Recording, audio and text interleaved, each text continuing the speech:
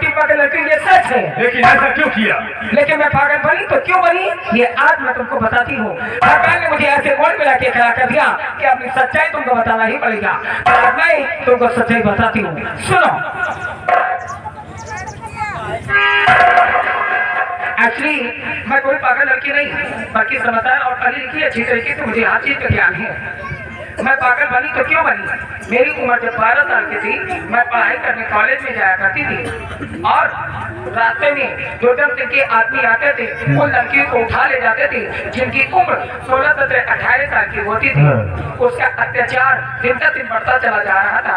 तो एक दिन मैंने सोचा कि मैं हूँ और मेरे पापा हैं, उसके सिवा दुनिया में कोई नहीं है। अगर मुझे कुछ हो गया तो मेरे पापा जीते जी आत्महत्या कर लेंगे, तो मैं अपनी आंखों के सामने अपने पापा को मरता हुआ नहीं देख सकती थी। इसीलिए मैंने सोचा कि अब मैं कैसे अपनी इज्जत को बचाऊं। अगर मैं भी सयानी हो गई तो मेरी भी इज्जत लूट लेंगे। तो मैंने सोचा कि क्यों ना अपने आप को पागल के रूप में विख्यात कर दूं, ताकि मंत्री के आदमी देखे तो ये ना समझ सके ये कहेंगे पागल लड़की को छूने से क्या मतलब। लेकिन ऐसा नहीं हो सका। एक दिन 15 रुपए कर्जा लेने के लिए मंत्री साहब हमारे घर आए, हमारे बापू को मारने लगे। उसके बाद में राजकुमार वीर सिंह वो आए। राजकुमार वीर सिंह ने आकर के हमारी हेल्प की और 15 रुपया कर्जा अदा कर दिया। उसके बाद में राजकुमार वीर सिंह से मैंने प्यार का इजहार किया, तो वो राजकुमार, मैं कहा पागल लड़की, वो मुझसे प्यार करने को तैयार ही नहीं थे। तो मैंने उनके कानों में बताया कि मैं कोई पागल लड़की नहीं, मैं पागल बनी हूँ, किस कारण बनी हूँ। तो उन्होंने मुझसे प्यार किया। उन्होंने कहा कि ठीक है, ये सच्चाई किसी से नहीं बताऊंगा, एक दिन वक्त आएगा तो मंत्री को सजा दिलवाऊंगा। लेकिन ऐसा नहीं हो सका। राजकुमार वीर सिंह को भी सर्व से डसवा करके मरवा दिया। मेरे बापू ने मुझसे बताया तो हम लोग गांव छोड़ के दूसरे गांव जा रहे थे। रास्ते में आके मेरे बापू को गोली से मार दिया और उसके बाद में मैं भाग के आई। इसीलिए भाग गई कि अपनी इज्जत तो बचा सकूं। और जब मैं आत्महत्या करने जा रही तो आपने मुझे बचा लिया। अगर आज आपने मुझे बहन कहा है तो हाथ जोड़ के निवेदन है, आप बहन का बहुत ज्यादा मैं करूंगी और भाई की बहुत आप कीजिएगा। ठीक है बहन, आज से तो मुझे धर्म की बहन है और मैं अपने भाई का फर्ज निभाऊंगा। अब तुम एक बहन का फर्ज निभाना होगा। निभाऊंगी। और भैया अब यहाँ रुकने से कोई मतलब नहीं है। अब आज हम भाई बहन मिल करके अपने हाथों में हथियार उठाएंगे और अपने आप को साहिब ठाकुर के नाम से प्रसिद्ध करेंगे और हथियार उठा करके महामंत्री सुरजन सिंह का नाम निशान दिखाएंगे। चल बहन, देर करने का वक्त नहीं है। चलो भैया चलो।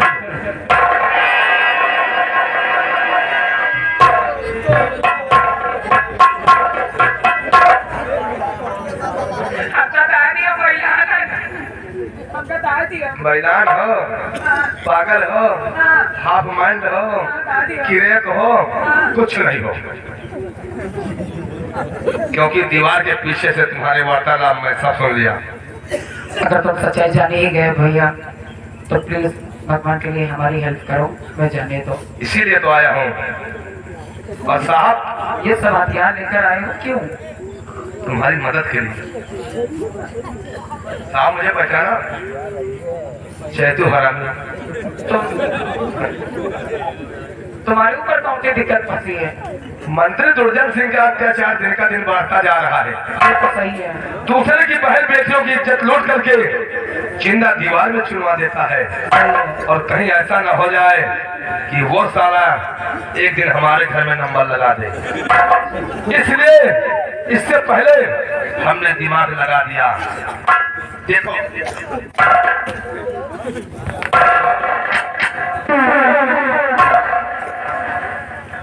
ये लो, ये लो।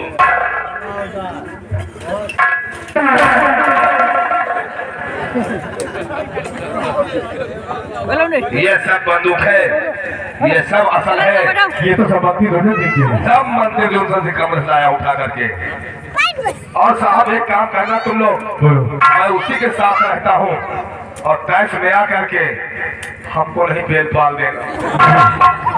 आते जाते तुम खबर वहाँ की देते रहना, ठीक है? हम तुम्हारी पूरी हेल्प करेंगे। उसके साथ में जो लूला रहता है उसका तो हाथ एक भी कट जाएगा, वो भी कट वो जाएगा। जो कहता है वही मंत्री दुर्जन सिंह करता है। चलो ठीक है, तुम घबरा नहीं, मैं चलता हूँ।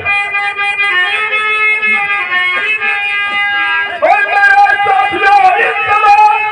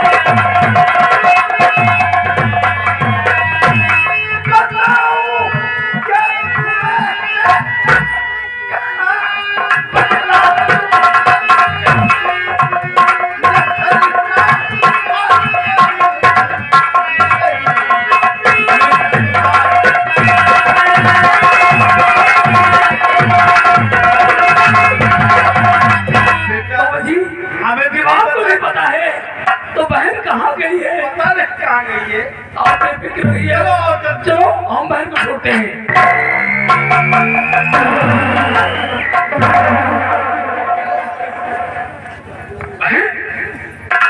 भैया मेरे सिंदूर की जान खतरे में है, आप मुझे बचा लो भैया। हाँ। सिंदूर की जान? क्या बहकी बहकी बात कर रही है? मैं सच कह रही तो नहीं हो हूँ, रही। मैं सच कह रही हूँ, सिंदूर मैं की सच जान बताऊंगी। क्या? भैया एक दिन मैं पिताजी से इजाजत लेकर नदी पे स्नान करने गई थी। हाँ। जब मैं डूबने लगी तो वहाँ बचाओ बचाओ की आवाज लगाई, तो वहीं से नपत सिंह आई और मुझे बचाए। जब मैं बच निकली तो उनसे प्यार करने लगी और साथ जीने मरने की किस्में खाई। आज मैं उनसे मिलने यहाँ दरबार गई तो क्या देखती कि उनके हाथों में हथकड़ी और पैरों में बेड़िया और उनकी फांसी होने वाली। इसीलिए आपके पास भागते हुए आई हूँ, आप बचा लो भैया। तो अपने दिल में फिकर तू और बहन नहीं करी, अपने दिल में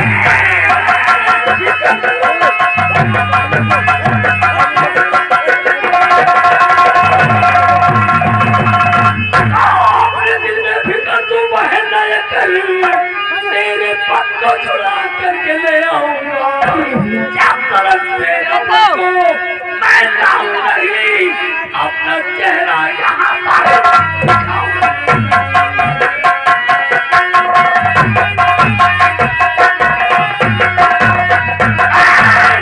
मैंने तुझे रक्षा का वचन दिया है कि जब तक मेरी साथ चलेगी तब तक तुझे कुछ होने नहीं दूंगा। मेरी बहन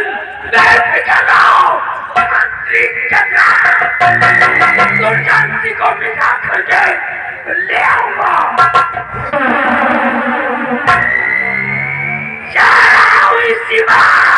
दुर्गावती को मिटा करके चरण सिंह को लेकर के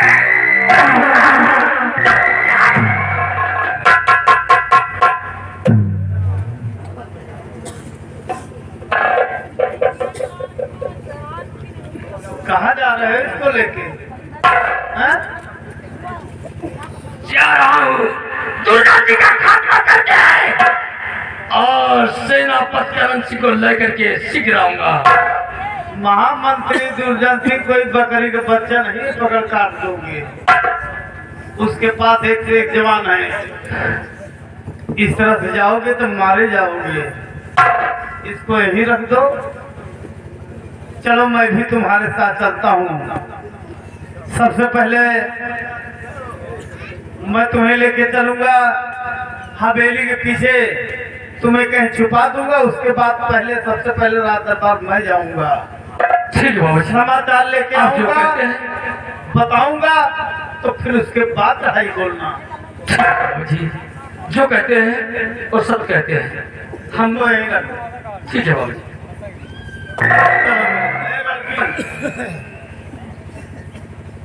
जब तक हम दोनों आपस में आ जाएं, कुटी के बाहर मत निकलना, नहीं कि तेरा पैर तो डालूंगा। बहन, जब तक हम बाबा जी ना आ जाए घर का दरवाजा खोलना नहीं, ठीक है बहन? ठीक है।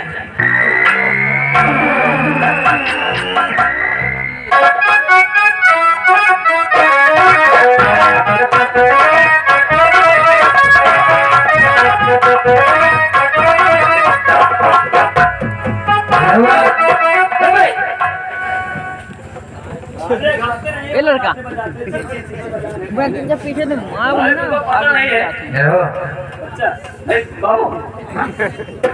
इस वक्त हमारी